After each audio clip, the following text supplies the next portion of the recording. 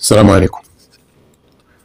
دابا في الوقت اللي حنا مغاربه قلنا زعما غادي نحاولوا نطبقوا التعليمات ديال صاحب الجلاله نصره الله، باش ما نبقاوش نردوا على هاد القراقير هادو سناجق العثمانيين، وزعما نحاولوا ما امكن نتجنبوهم. ولكن فين ما كتدير شي فيديو ولا تكتب شي مقال في شي جريده، ماشي جريده الكترونيه، كتلقاهم داخلين كيسبوا فينا ويعايروا مازال يسبوا في الملك، وخصوصا دابا هادشي ديال تصويت مجلس الامن لصالح المغرب، تيقولوا شي كلام زعما يندى له الجبين.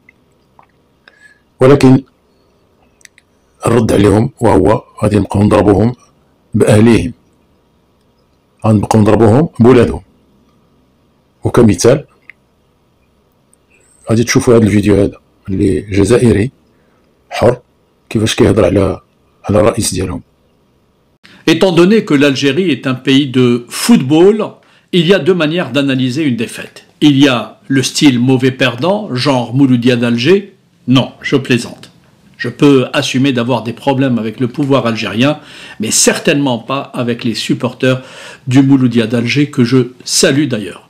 Allez, plus sérieusement, il y a l'analyse du mauvais perdant, le chauvin qui ne reconnaît pas sa défaite et qui va vous dire « on avait l'arbitrage contre nous, le terrain était de mauvaise qualité, il a plu, il y a eu de la grêle et du vent, il faisait trop chaud, ils ont fait de la sorcellerie, et j'en passe ». Il y a aussi une analyse technico-tactique froide, lucide, qui va permettre à des dirigeants intelligents de tirer les enseignements de leur échec. Dans le cas de la défaite diplomatique algérienne, il faut se poser la question, de mon point de vue, froidement et essayer d'y répondre tout aussi froidement. Pourquoi l'Algérie a perdu sur le dossier du Sahara occidental? Avant toute chose, il faut comprendre le positionnement historique et les choix stratégiques. Dès le début du conflit du Sahara occidental, l'Algérie a pris le parti du Front Polisario, soutenant la revendication d'indépendance du territoire contre les prétentions marocaines. Mais il l'a fait comme s'il était partie prenante et non pas comme un arbitre ou comme un acteur neutre. Cela fit longtemps de sa diplomatie, je parle de la diplomatie algérienne, un symbole de décolonisation, entre guillemets, dans l'ensemble de la région. Mais ce choix, s'il avait une valeur hautement symbolique, comporte néanmoins des limites, et ce depuis le début. D'une part, il obligeait Alger à jouer un rôle d'auxiliaire plutôt que de maître incontesté de sa stratégie. D'autre part, il entretenait un antagonisme durable avec le Maroc au moment où Rabat mettait en place une stratégie diplomatique et économique plus opportuniste. Et enfin, le temps passant, le dossier du Sahara occidental est devenu un terrain d'usure pour Alger. Peu de succès visibles, peu d'avancées concrètes et un coût diplomatique croissant. Mais de plus, il faut le rappeler, la géopolitique recommande depuis la nuit des temps, et elle le recommande fortement, d'entretenir de bonnes relations avec ses voisins. C'est un principe fondamental, je dirais, pour assurer d'abord sa stabilité interne, renforcer ensuite son influence régionale et réduire les risques de conflits, optimiser ainsi sa stratégie économique et diplomatique. Or, c'est tout le contraire que le pouvoir algérien fait depuis plusieurs années. Oui, le régime algérien a toujours voulu entretenir une mauvaise relation avec son voisin de l'Ouest, convaincu qu'il devait assurer seul le leadership dans toute la région, au risque de créer une situation d'instabilité, et ce de manière constante. Ainsi, au lieu d'assurer stabilité et sécurité aux frontières, au lieu d'œuvrer pour avoir de bonnes relations avec ses voisins et réduire ainsi le risque des conflits armés, de tensions frontalières, d'incursions et de soutien à des mouvements hostiles, le régime algérien a préféré jouer la tension, ce qui est une preuve suffisante, de mon point de vue, de son irresponsabilité congénitale et de ce caractère puéril qui le caractérise. Faut-il rappeler qu'un climat apaisé permet, à tout le moins, à des pays en voie de développement, comme l'Algérie post-indépendance, de libérer les énergies, mais aussi les ressources militaires et sécuritaires pour d'autres priorités stratégiques. Le maintien d'un climat d'hostilité permanent a empêché l'intégration régionale et a permis de justifier des dépenses militaires élevées de part et d'autre. Mais en plus, il est évident qu'au moment où la diplomatie algérienne s'employait à chercher querelle à une partie de la planète, au moment où les services de renseignement algériens déployaient toute leur énergie à traquer d'abord les opposants aussi bien à l'intérieur du pays qu'à l'étranger, y compris des youtubeurs et des influenceurs, les Marocains, eux, faisaient en sorte d'adapter leur discours et leurs choix diplomatiques au contexte international en faisant des choix, encore une fois, stratégiques. Ce qui a amené les États-Unis d'abord et par la suite d'autres puissances à considérer que le Maroc était un partenaire beaucoup plus sérieux que ne l'est l'Algérie. Alors je le précise, car je connais les réactions pavloviennes de beaucoup d'Algériens, je vous rassure, je ne suis pas actionné par les autorités marocaines pour dire ce que je suis en train de dire. J'ai juste un petit cerveau, des yeux et des oreilles que j'essaye de faire fonctionner normalement. Et en agissant de la sorte, c'est à la portée de tout un chacun, j'arrive à voir tout simplement, objectivement, ce qui a fonctionné dans la démarche marocaine et c'est ce que je vais essayer de vous expliquer. Au moment où l'Algérie est restée figée sur ses positions, incapable de comprendre les évolutions géopolitiques et les enjeux internationaux, gardant le même discours depuis 50 ans, refusant toute flexibilité et toute forme de compromis, Rabat a couplé revendication et réalisme en proposant une large autonomie sous souveraineté marocaine plutôt que l'indépendance pure et simple. Cela a permis de séduire des partenaires internationaux à travers une option dite raisonnable. En somme, le Maroc a montré qu'il pouvait évoluer et qu'il avait de bonnes intentions. Par la suite, la monarchie chérifienne a construit des alliances assez efficaces, il faut le dire, avec 3 acteurs clés. Les États-Unis, la France et le Royaume-Uni, en présentant le dossier comme un élément stabilisateur pour l'Europe et l'Afrique, mais aussi l'ensemble de la région nord-africaine. Le Maroc a lié ce dossier à des enjeux économiques et d'investissement, ce qui rend aussi son discours plus attractif pour les partenaires internationaux. Et enfin, au moment où l'Algérie s'embrouillait avec certains de ses voisins africains, le Maroc utilisait sa frontière diplomatique et économique avec l'Afrique subsaharienne, se positionnant comme un hub vers l'Afrique, ce qui renforce évidemment son poids régional et crédibilise incontestablement son discours. L'Algérie, quant à elle, a misé depuis 5 décennies sur l'indépendance du Sahara occidental via le soutien inconditionnel à ce fameux Front Polisario, s'accrochant à des schémas hérités de la guerre froide et refusant de revoir une stratégie figée. Durant la période récente, cet ancrage stratégique est devenu tout simplement obsolète face à la capacité du Maroc à se renouveler, mais aussi et surtout à proposer un plan d'autonomie réaliste, officiellement soutenu successivement par les États-Unis, le Royaume-Uni, la France, Israël et la majorité des pays africains et du Golfe. Il faut aussi le reconnaître par honnêteté intellectuelle, au moment où le Maroc travaillait sérieusement, Abdelmadjid Tebboune, l'autocrate algérien, magouillé pour s'assurer un pouvoir personnel et surtout pour réaliser en sous-main tout simplement ses petites affaires dans des trafics divers et variés. Mais qui plus est, au moment où les responsables algériens montraient ce visage fait de rigidité et d'inflexibilité, répétant avec ce temps fatigant, il faut le dire, un peu débile, genre Mouhba Beloued, en gros, il jouait au coq à travers un président qui est, en vérité, un tout petit poussin sur la scène internationale. Pendant tout ce temps, où les postures puériles succédaient aux déclarations superflues, le Maroc œuvrait concrètement à travers une diplomatie, je l'ai dit, efficace et un redoutable soft power à tous les niveaux, gagnant ainsi un poids accru sur la scène internationale au moment où l'Algérie perdait de l'influence. Il faut l'observer avec calme et froideur. L'Algérie a été incapable de renouveler son offre, restant enfermée, je l'ai dit, dans une posture de confrontation et de mobilisation identitaire, alors que la communauté internationale privilégiait plutôt des solutions réalistes, pragmatiques et consensuelles, incarnées justement par le plan marocain. L'obsession d'Alger pour la question sahraoui est même qualifiée de pathologie diplomatique obsessionnelle par plusieurs capitales.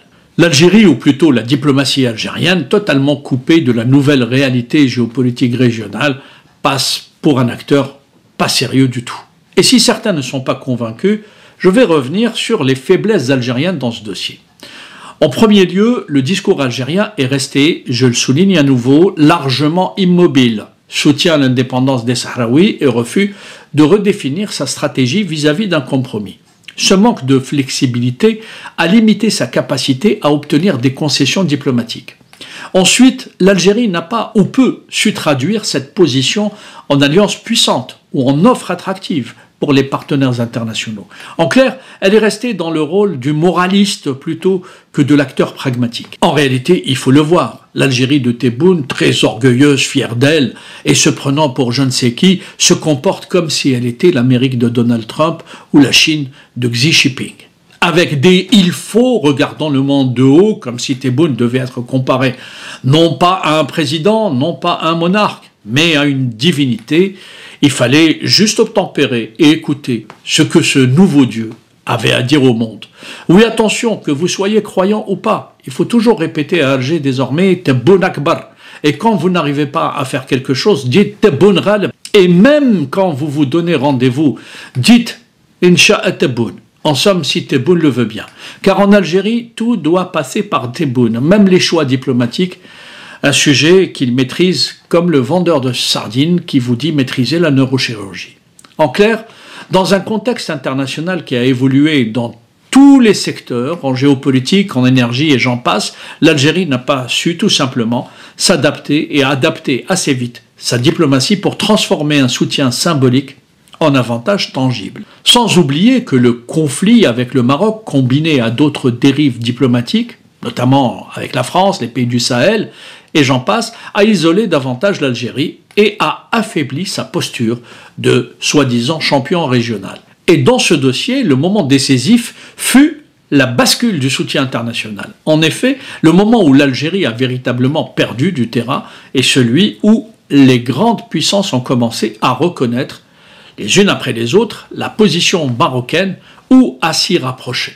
Et je vais vous dire, quelle que soit l'issue du vote du Conseil de sécurité de l'ONU, le 30 octobre 2025, la dynamique est en vérité en faveur du Maroc. Il faut observer que le pouvoir algérien a perdu, et sur toute la ligne, je le dis clairement, parce qu'il va essayer de déployer une communication vaseuse, comme d'habitude, pour inventer des raisons, des récits et des narratifs, souvent complotistes d'ailleurs.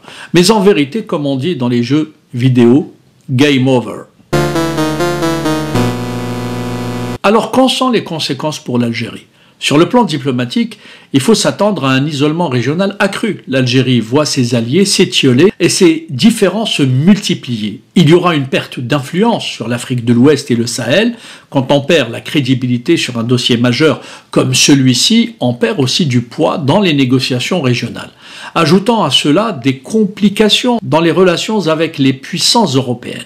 Le fait que la France et d'autres pays adoptent la position marocaine affaiblit bien sûr l'Algérie dans ses interactions bilatérales. C'est la raison pour laquelle Alger tente depuis quelques semaines d'envoyer quelques signaux à Paris à travers sa diplomatie parallèle pour essayer de renouer avec la France. Ensuite, sur le plan de la politique intérieure, le discours nationaliste qui plaçait la défense de la cause sahraoui comme un élément d'affirmation de l'Algérie perd de sa force. Le pouvoir algérien pourrait être confronté à des questions de légitimité si l'un des piliers de sa diplomatie s'effondre. Logiquement, la survie politique de Abdelmadjid Tebboune pourrait être posée parce que les caciques du régime, s'ils devaient trouver une cause à sa défaite diplomatique cuisante, eh bien, elle est devant eux et elle a pour nom, oui, Abdelmadjid Tebboune. Par sa médiocrité intellectuelle, par sa fainéantise professionnelle, par son seul attrait pour l'affairisme et le pouvoir, par son caractère impulsif et irascible, par son manque d'expérience au sujet des enjeux internationaux, cet individu qui se fait passer pour président a fait perdre au pouvoir algérien l'un des dossiers les plus importants sur lequel ce régime prédateur a investi durant un demi-siècle. Oui, si le pouvoir algérien doit trouver un coupable, oui, encore une fois, il s'appelle Abdelmadjid Tebboune. Sur ce dossier, il a été, il faut le reconnaître, le meilleur allié de la diplomatie marocaine. Je n'ai qu'un mot, bravo l'artiste.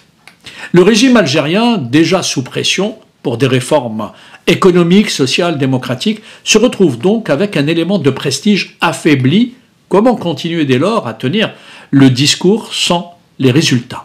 La panique du pouvoir algérien, perceptible depuis quelques semaines, risque d'engendrer une montée de la frustration populaire de manière presque assez mécanique, je dirais. Quand le champion régional perd face à un rival, le peuple peut percevoir un affaiblissement de l'État, ce qui peut alimenter des critiques internes.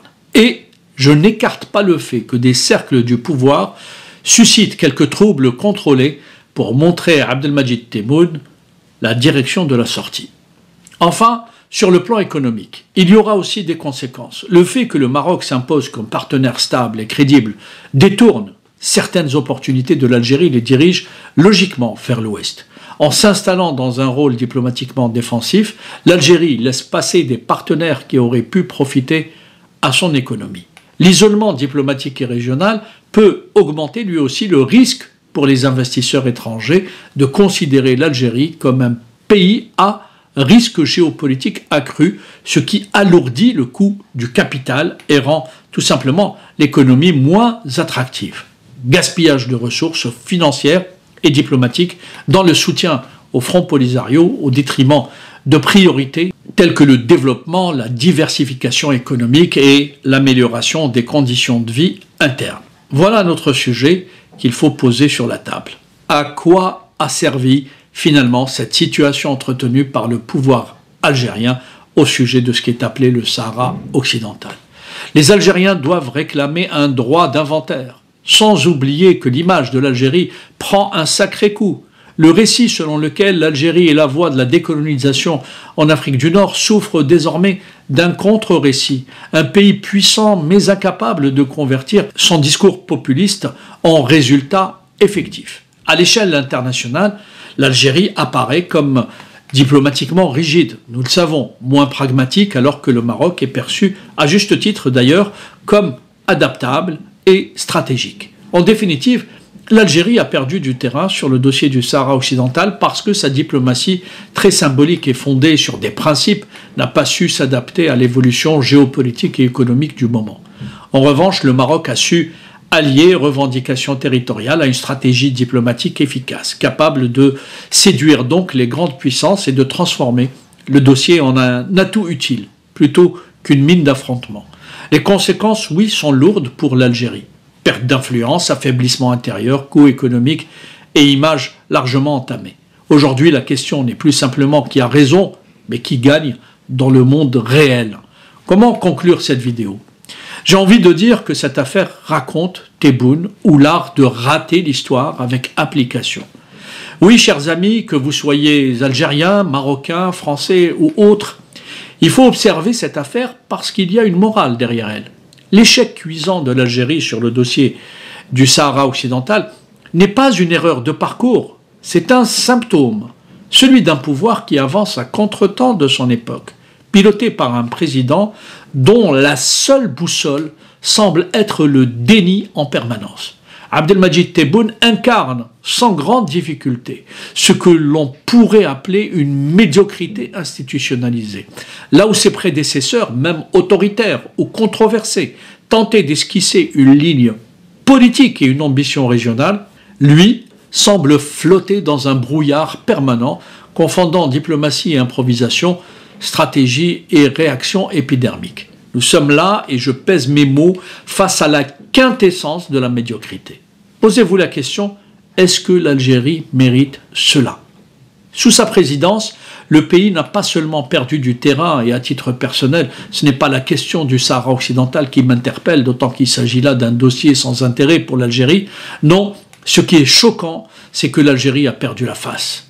Elle s'est isolée, ridiculisée, a dilapidé son influence. L'Algérie est en train de regarder plusieurs pays marquer des points pendant qu'elle s'obstine à crier dans le vide. Il faut dire que c'est tout un art de rater l'histoire en temps réel. Et de ce point de vue, Abdelmadjid Tebboune l'a pratiqué avec une régularité qui frise le professionnalisme. On a l'impression qu'il a été formé pour détruire. L'autocrate algérien joue le rôle du souverain vexé. Il claque par exemple la porte, puis revient, comme il le fait avec les Français depuis quelques semaines, taper timidement pour demander s'il peut rentrer. Et pour ne pas perdre la face, il prétend que ce sont les autres qui supplient pour le revoir. Une diplomatie de fierté blessée, version opérette. Le Sahara aurait pu être l'occasion de réaffirmer l'Algérie comme puissance de dialogue et de paix. ce sujet est devenu sous Tebboune le symbole d'un système à bout de souffle, gouverné tout simplement par des réflexes d'un autre siècle, où le réel est un détail gênant. Et pendant ce temps, bien sûr, le monde avance, mais malheureusement sans l'Algérie.